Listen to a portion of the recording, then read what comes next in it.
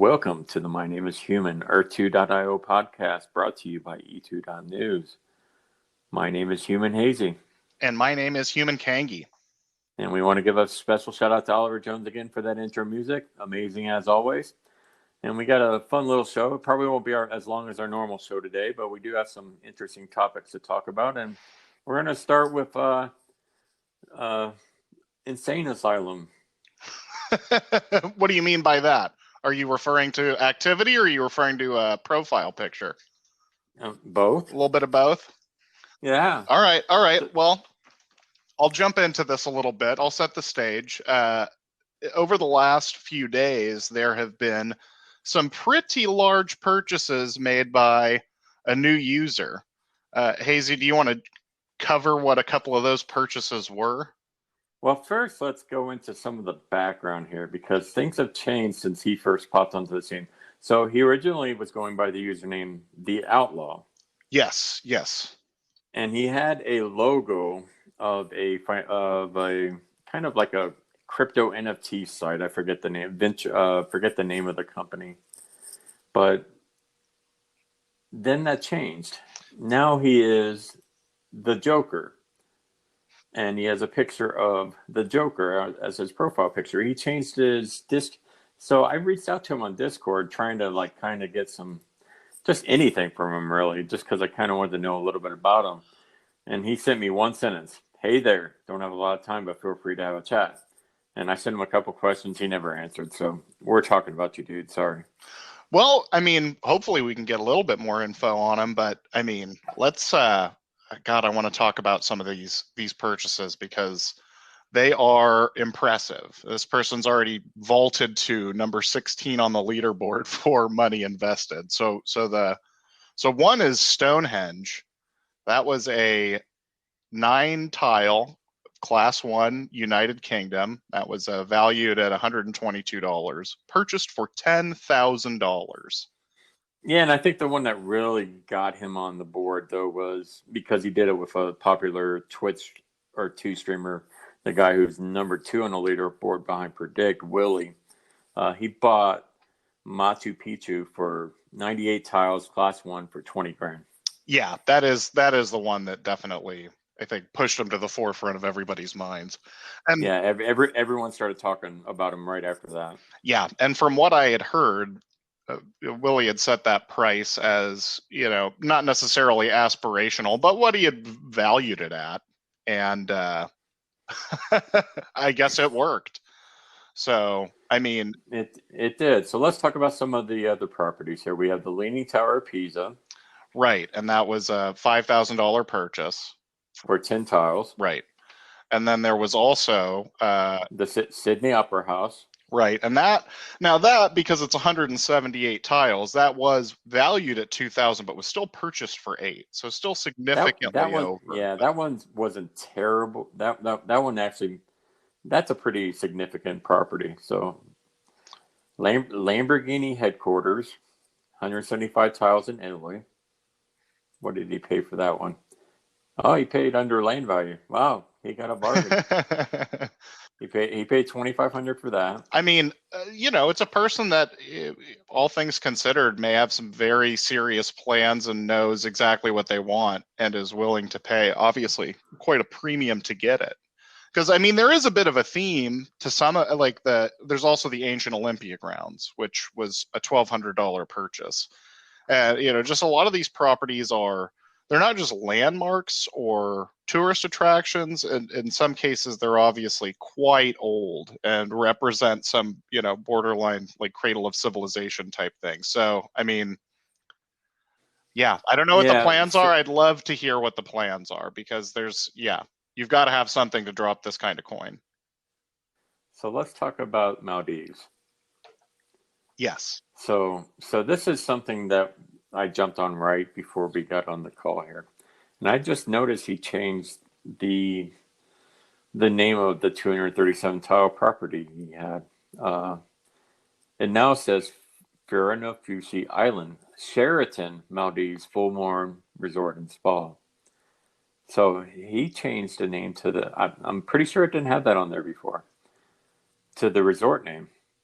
And so basically, he bought that 237 tile property, land value 328. He paid 324. So he got that for a relative bargain for his sake. Then he bought a pretty much a 750 tile plot surrounding the island for about $1,000. So he basically encapsulated the island. As soon as saw that, I said to you, I'm like, he wants that whole island to himself. I mean, that's definitely, you've already got 1,000 tiles. There's only so many. I mean, there are still a decent amount that aren't his, but yeah, you'd have to assume that's the goal. So what did you do? I went and deposited $500 and started bidding on every property that wasn't his. trying to swoop in there perhaps before Joker does, to maybe a Yeah, bit of a cheeky investment. I don't think it's going to work though. I've already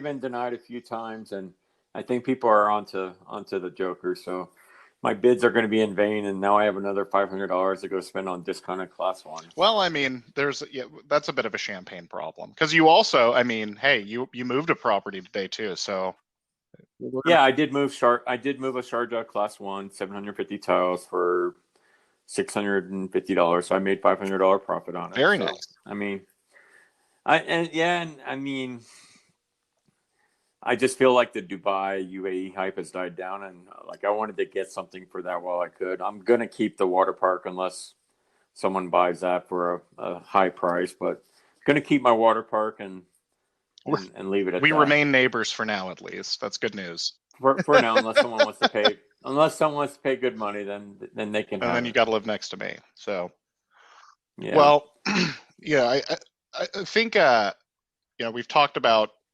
Joker's purchases enough. One I realized I didn't even cover was multiple Great Wall of China purchases as well. But And Mount Everest. yes, yeah, just very impressive. Would love to get the chance to pick this person's brain and see what their plans are.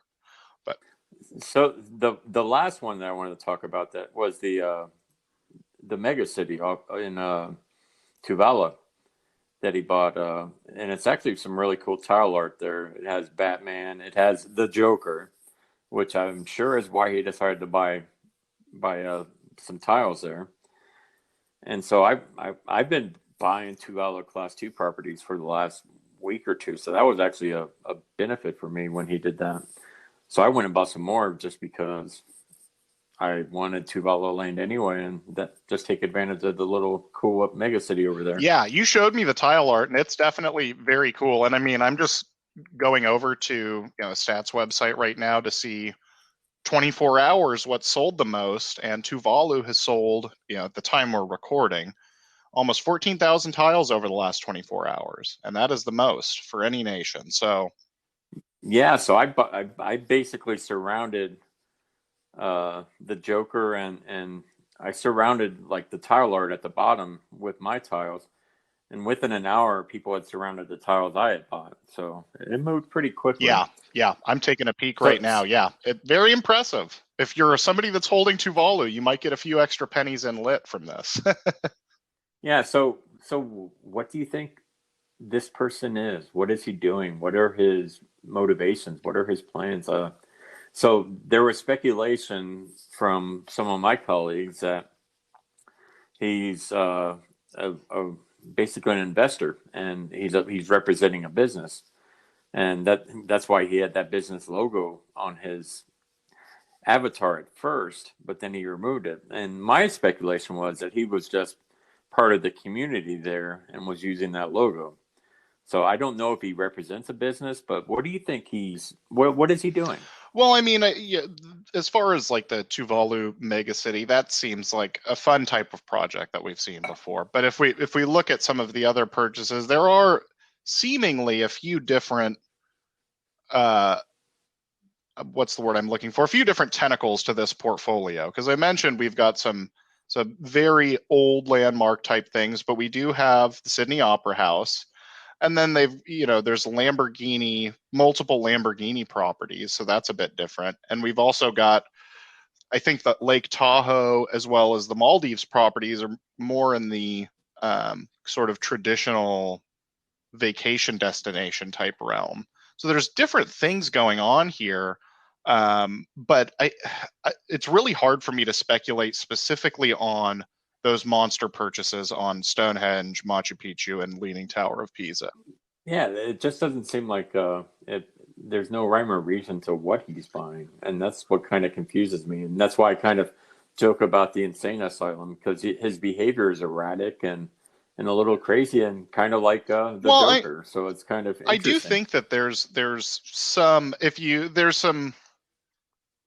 you compartmentalize the portfolio a bit, I think there are a few different things that kind of make sense. You know, there's also Puerto Rico Bahia Beach Resort. Okay, that makes sense with the Sand Harbor and Lake Tahoe and the Maldives properties.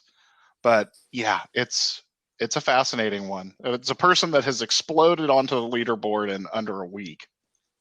Yeah, and he has a negative net value, but that's because he's paying more than what the property is worth at the time. But I think long term, if the AR and VR work out the way some people envision, like you envision places with high foot traffic are going to do really well, then he could really reap the rewards from those purchases. Yeah, absolutely. I don't know if I believe in that quite to the degree that this person does, because they've made some serious commitments that I never would. But yeah, there's certainly a foot traffic perspective to some of these buys. So, so he did pop into Gin Chat for a few moments the other day. And he said, landmarks aren't what I'm after. I got a few, sure, but it's all personal taste, and that's it. Oh, okay, okay. I had not seen that. That's good to know. That's interesting. Well, I mean, at the rate that this person's making purchases, we could very well see we could have more developments on this by the next time we record, because their profile could have even more stuff going on. Oh, and he actually bought the Maldives property from Trade Chat. Oh, really? Oh, interesting. Yeah, so I was looking at his message history. Cosmo posted that part of the Maldives island in Trade Chat, and Joker responded, sold. Oh, okay. Well, ball don't lie. Yeah. That is. Yeah. Well, I think it's very cool. I mean, anytime you've got somebody at least, making these sorts of purchases, obviously it gets folks very excited about some of the, cool properties they have, even if the Joker doesn't value that property like that. Anytime you've got this money flying in, it's going to generate some enthusiasm. So, yeah, let's. All right.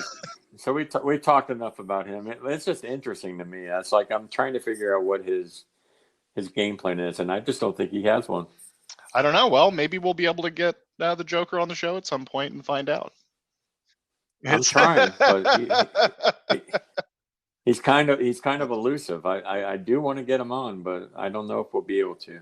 I found that to be the case of most big buyers. So they don't really want to like put themselves out there. So, but if you are a big buyer and you want to come on the pod, drop me a line. We're always yes. interested to bring someone on that's into the game, spending money, and has some strategies, and we'd love to talk Yeah, to you. absolutely. Well, I think that, one thing that people definitely want to hear us talk about is Easter egg hunt update, right? We've got. Wait. I thought they were rocks. Well, okay. Let's talk. We can jump into that. Thomas did say that about 80% of the entries were rocks, trees, and bushes, which I've got to say is a lower percentage than I was expecting. 80% seems conservative. I was thinking it was more 92, 95% rocks. Yeah, pretty much every one I submitted was a tree or a rock. So yeah. But I mean, sometimes quantity over quality is a good approach. But let's jump into some of these numbers, because Thomas did provide a little bit of insight on, how many submissions we got and how many times these eggs were being found. So he did say that every egg was found. He said more than 400 times. I'm thinking just the way that this was worded, that was probably the average. And then Yeah, that's the way I think too, because the other part didn't make sense. right. So just gonna say that, yeah, probably 400 was the average, and then one was at least submitted more than 1,000 times, and one was submitted fewer than 120 times. So yeah, some less than 120 makes no sense. You should have just said around yeah, 120. it got a little confusing So there, but So we have established that Thomas might be a good community manager, but he's not good at That's English. okay. What matters is all the eggs were definitely submitted more than the 50 times, so all the prizes are certainly going to go out the door. And he also said that there were over 120,000 posts on Twitter. So that That's amazing. And like we talked about how many views on the video itself, so that's kind of goes in line with how many views there was. yeah, and I mean, as much as I think you and I both had some issue, and I think the community as a whole took some issue with the social media, the form of submitting our entries. 120,000 posts on Twitter is a pretty smart way to get a lot of social media posts out there without actually having to fund it directly. You've got to fund the hunt, um, but yeah, I mean, because of that, I wouldn't be surprised if we saw you know I wonder if our Joker friend came because of the Easter egg hunt. the timing would make sense. I mean, Yeah, he came right after. so yeah, and I mean, not knowing if it ever, to what degree it was ever trending or anything like that. I know that 120,000 posts in, what was probably under 24 hours, very impressive. So we're still waiting to find out, who the winners are. So I don't know. Hopefully by the time we're recording this next time, we can find out who the big winners are and see what kind of properties they're buying. Yeah, and we do have a guest lined up for our Monday pod, the Bull Combo. Many of you know him from YouTube. He's agreed to join us, and we're going to have some good conversations. If you have any ideals that you want to have us talk with him about, shoot me an email at earth2news@gmail.com. That's all spelled out, and we'll see if we can add that to the Yeah, that'd be show. great. Very excited to have that conversation on Monday. All right, so Shane hasn't had an announcement yet this week. I don't think he's going to have an announcement this week, but he did post something on Twitter that EPL and Essence is tentatively scheduled to be released on April 17th, which would be next Right. Saturday. Saturday seems to be the day they like to kick these things off. So, I mean, super exciting news, right? This would technically, if we can get this truly started on April 17th, that'd be the start of phase 2. So, I mean, what does that kind of collectively mean for us to have entered phase 2? Well, it really depends on how the essence is generated, how much is generated, how much EPLs cost, and what the benefit, what an EPL does for you. Is it just a domain name? Is it just something used for teleportation? We need to know more about what Essence does and more about what EPLs do. If it's just Essence is used for upgrading your property or things like that, that's good to know. But we need to have an ideal. And I'm hoping when they roll it out, they don't just say, "Okay, you're now generating Essence and you can now get EPLs," and not give you any more information. They need to actually define what those things Yeah, do. and I also think that I totally agree with you. And I think that for phase 2, for what that means for a lot of people, whether this is, Shane and the team's intention or not, phase 2 to them means some gameplay elements, right? Some sort of ability to use resources to build something. Basically, these steps that make it more than simply a land trading platform. And I worry that if it's just like Essence and it's basically just a URL buying mechanism, that's not really a gameplay element to me, right? That's sort of more of an extension of the sort of money making investment type components that we're already working with. Yeah, and I'd really hope they have a bit more plan for that, and I think I so think too. they do. I agree. And I'm certainly hoping that regardless that the next parts of phase 2 aren't radically far behind, right? That we start to get a little bit more on the resource front, and other parts of phase 2 that have been talked about. So Yeah, and I hope they don't take like 2 months to roll resources out. I think resources should come well, pretty yeah, because that quickly. would, I think, sort of feel like a very soft launch or almost like a non-launch of phase 2, right? If we get this very small portion Yeah. of it and then there's a stalling out, which again, I have no idea. This is projecting out, but if that were to happen, yeah, I think that it would end up feeling like a bit of a letdown as far as the quote unquote beginning of phase 2, and what an exciting premise that is. Right. And so the marketplace impact, I think, of Essence is going to be based on how much each class of property generates and how big a property location it takes to generate. So with my spreadsheets, I'm going to be looking at everything. I'll look at class 1, class 2, class 3, average per tile for each property. So like if I see a 750 tile property is generating, for example, 150 essence a day or point two essence per tile, and a 100 tile property is only generating 10 essence a day or point 0.1, that's going to tell me the larger plots Very have more true. value. That will in turn drive up the marketplace impact of those larger Yeah, plots. especially if that, I mean, it would be very early to make this sort of assumption, but that could mean that other things like resources have a similar benefit as well, right? That everything's sort of tied to that same algorithm or that same mechanism. Right. So And on the same token, kind of distinguishing between class 1, class 2, class 3, is the essence production the same or is it different? If it's different, then there's reason to really be pushing those class 1 tiles. If they're the same, then you need to start looking at a class 2 and class 3 that's being discounted dramatically and jump on it before they start catching on. Oh, I need to raise my prices because there's right, some good value exactly. here. Because we've talked about this before. There's got to be, assuming there's a sort of the next wave of purchases, a lot of that's going to be dictated by what we learn about these benefits from the different classes. So if we find out, because some people have speculated that essence could be tied to the actual new tile value of the land. I don't know that that'll be the case, but Oh, I hope not. yeah, I mean, I personally doubt that will be the case, but this is the problem with knowing so little, right? Is that kind of speculation? It's like, well, I can't dismiss it because I don't know enough to say that that's not true. But it does seem unlikely that Yeah. your USA tiles would give you 100 times the essence of your Armenia tiles or something like that. Yeah, But for sure, for but to be sure. seen. To be seen. So maybe one of the things they did in preparation for this EPO Essence thing is they did change their They username did. rules. They did. And I don't know, and maybe you'll be able to enlighten me a bit here, Hazy, all of the changes they made, but they definitely removed spacing. So, like, if you had a bunch of spaces in your name, in your username. Special characters too. So like for example, if you had a Discord Yep.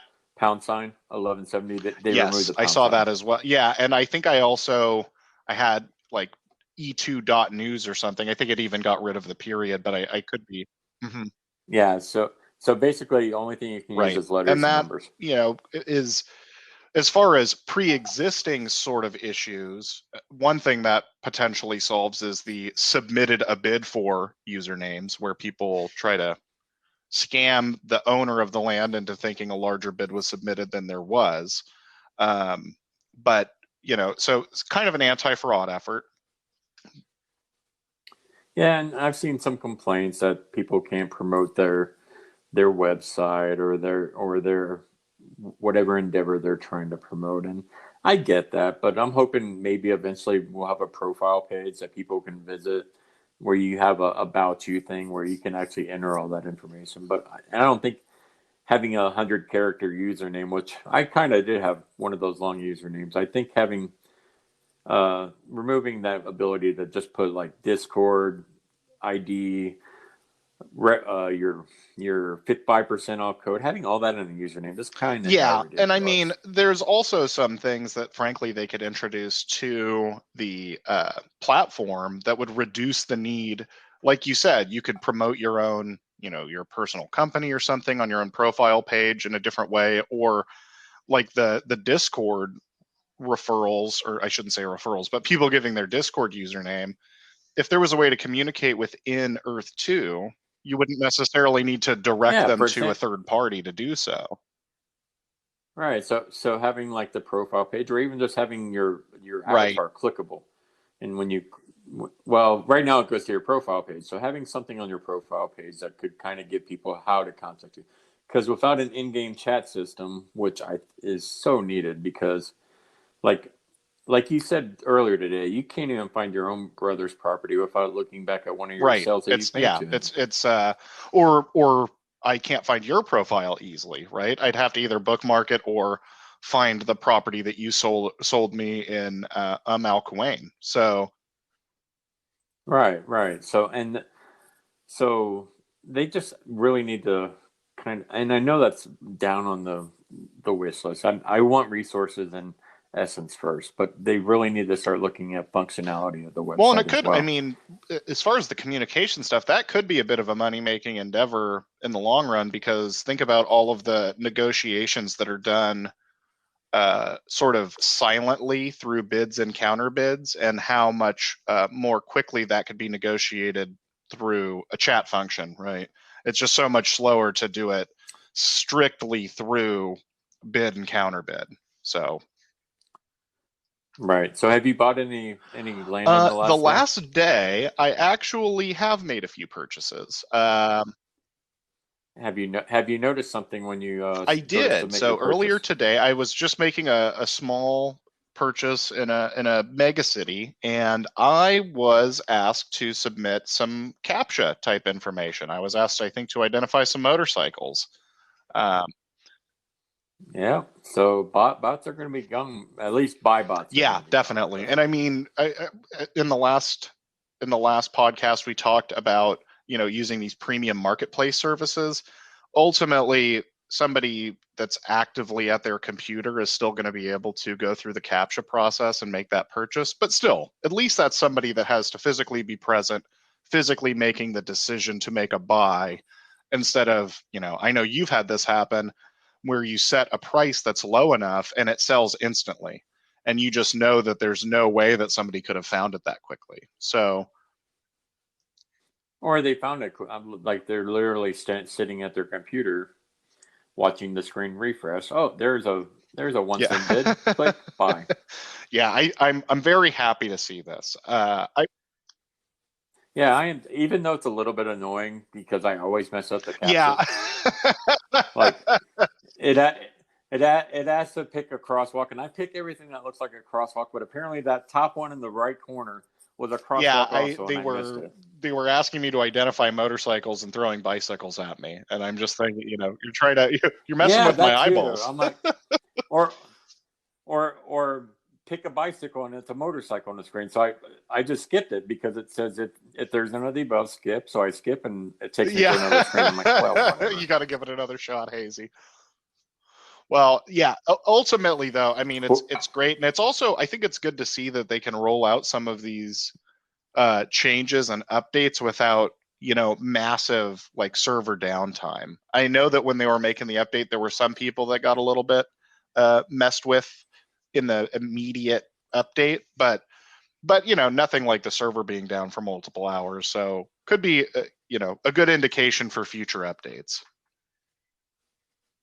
yeah, for sure. And I mean, I know I talk about that we need resources, that we need these things for people to do. And kind of the reason I wrote an article about this a few weeks ago called Can R2.io Afford to Be Patient?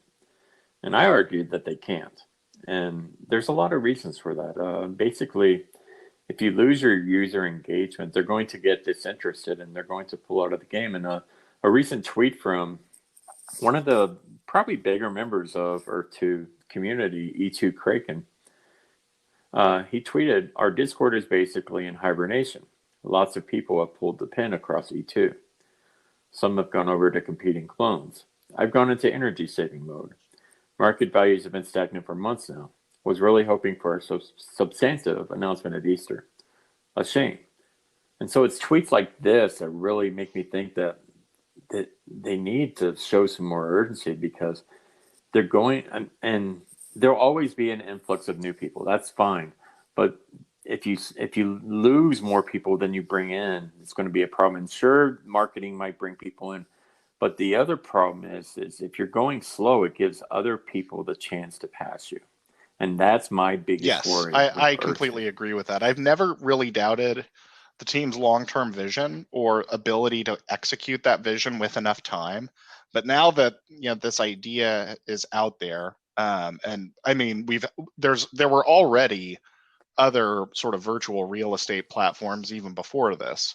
So you're going to have more competition in this space, and as you said, I mean, the more time that's spent is other people potentially catching up to you, other companies that might have an even larger amount of capital than Earth 2 has already raised. So I think speed to market has always been, potentially the biggest risk. Yeah, I mean, it's actually brought a little pause to me thinking, well, maybe I should kind of divest this 15K I put in, take out 5K and put it in some of these other platforms. Maybe put, I mean, as much as After Earth's a ripoff of Earth 2.io, you can buy tiles for 5 cents. So maybe put $500 in After Earth, put a thousand in My Neighbor Alice, put a thousand in Decentral. I mean, just kind of diversify myself because I'm a little worried that with the speed at which they bring things, we're gonna see the land values kind of stagnate, like they mentioned, and it's just no one's going to take it to the next step, and then all that money I put in is kind of just going to it's either going to level off, or I'm going to have to sell it for pennies on the dollar to Yeah, get anything back. I could definitely understand that strategy. I will admit I find myself seeing people trying to divest and listing things on their profile for cheap, and then I just go, well, I'm just going to invest even more in Earth 2.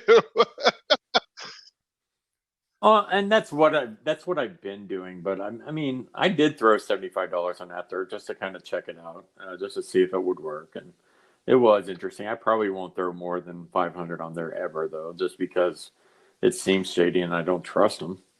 But there are other sites that kind of like I was driving into work today and I listened to a podcast just because it showed up on my Earth too, and I can't remember. So Oh talk yeah, about no something real problem. quick Well, while I look it up. I mean, just in general too, one thing that even if Earth 2 isn't competing necessarily against another metaverse or another sort of competitor in that direct space, one thing they do compete with is just other investment vehicles, right? I saw one user make what I thought was a pretty cool purchase for fairly cheap for what it was Hong Kong tiles, but the person that they had bought it from was looking to get in on GameStop stock, which was kind of the same type of thing we saw in the E2, or excuse me, the Earth 2 IO Discord in January. You saw people that really wanted to get their money out to invest in GME. And just in general, you're going to see that in other ways too. You're going to see folks that want to pull their money out and invest in NFTs. There might be somebody that wants to pull their money out and get in, Top Shot or something like that. So that's one thing they also have to worry about is not necessarily speed to market just against others, but speed to market just for people that want to maybe invest their money in something else. Yeah, and I mean, it's a good problem to have, but one of the problems with the credit card withdrawal system actually working is people can now pull their money out a lot faster. It's not stuck in Earth 2. So if they're kind of interested about Yeah, getting out, they absolutely. can And I do mean, that that now. was, people that are detractors and think that it's a scam, of course, thought that the slow withdrawal process was part of them deliberately trying to keep money. Well, now that this money is more available and folks can, put their money where their mouth is and take it out and go invest it elsewhere, we'll see, what the impact of that on the marketplace is. So, I mean, and we're already starting to see it, right? We've had these in place for a while and we've had some successful withdrawals, but yeah, it'll be really interesting to see sort of the frequency with which we get updates to Earth 2 and whether that sort of staves off people getting impatient or bored and, trying to invest their money elsewhere. Yeah, I hope I know they've said it's a long-term vision, it's a long-term plan. They're not in a rush. They're going to do it the right way. And I want them to do it the right way. But to me, the right way, and we talked about this before, is hiring people. Get more people.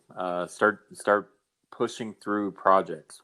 Just you don't have to do something every week, but have a goal of releasing something once a month so people can see the progress it's making.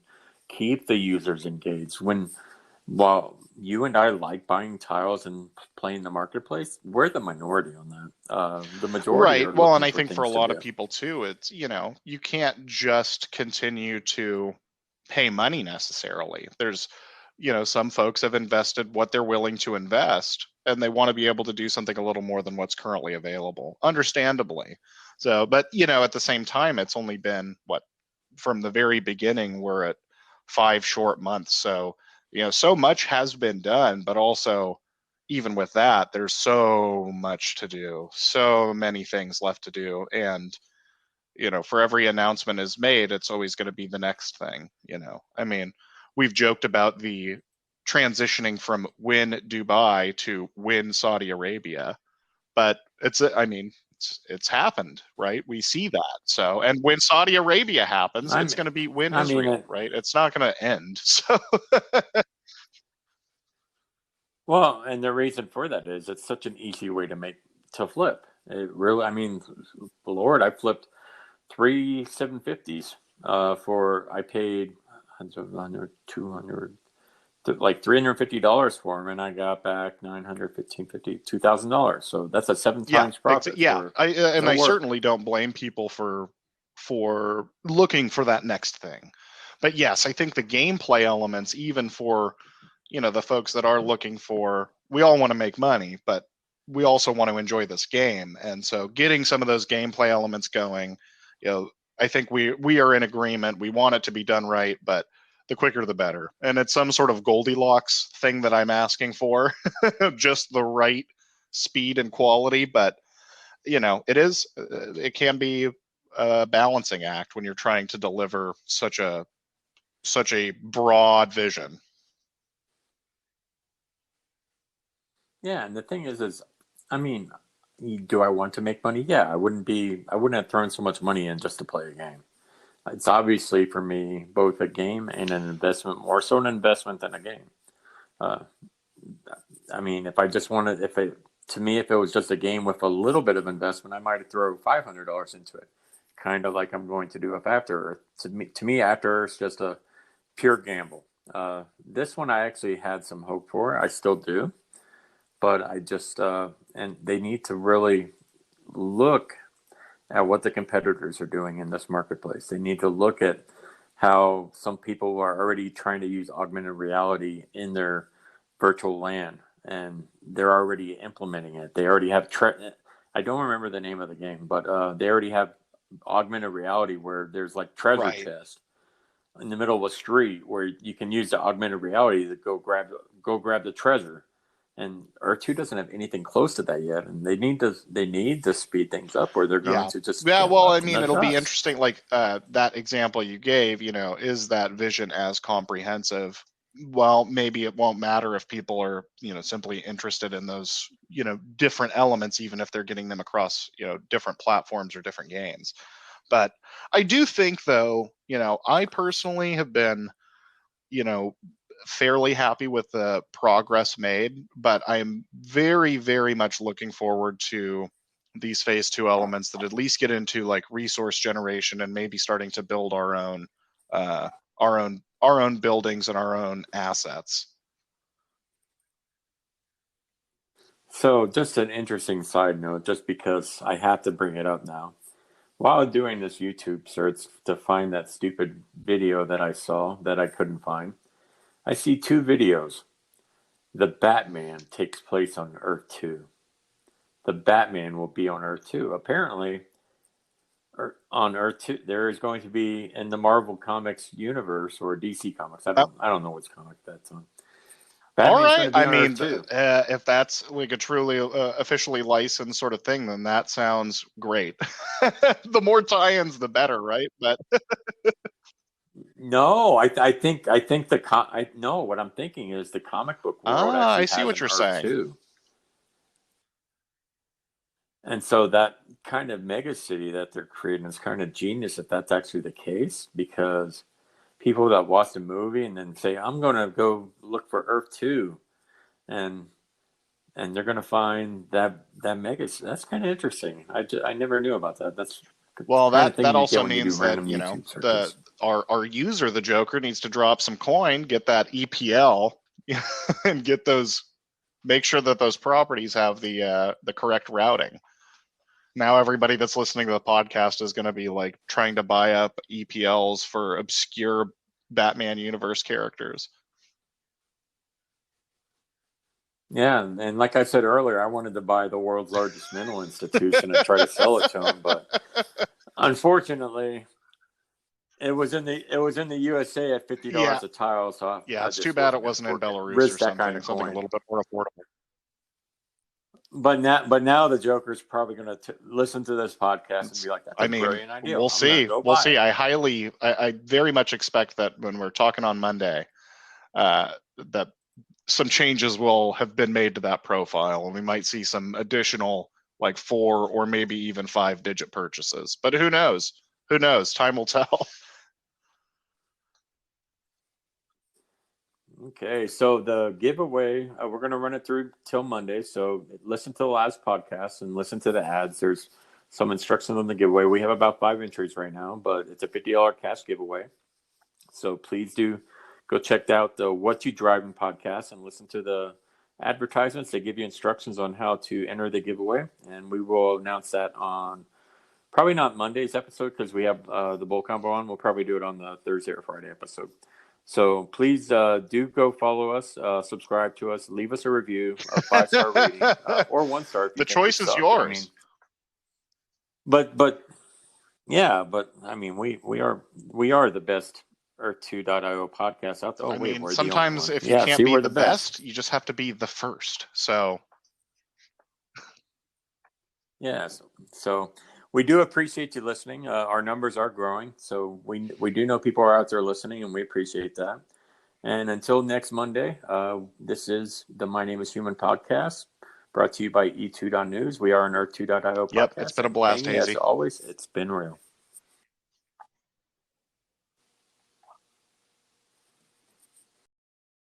If you haven't heard about Anchor, it's the easiest way to make a podcast. Let me explain. It's free. There are creation tools that allow you to record and edit your podcast right from your phone or computer. Anchor will distribute your podcast for you so it can be heard on Spotify, Apple Podcasts, and many more. You can make money from your podcast with no minimum listenership. It's everything you need to make a podcast in one place. So download the free Anchor app or go to anchor.fm to get started today. Get up off your knees.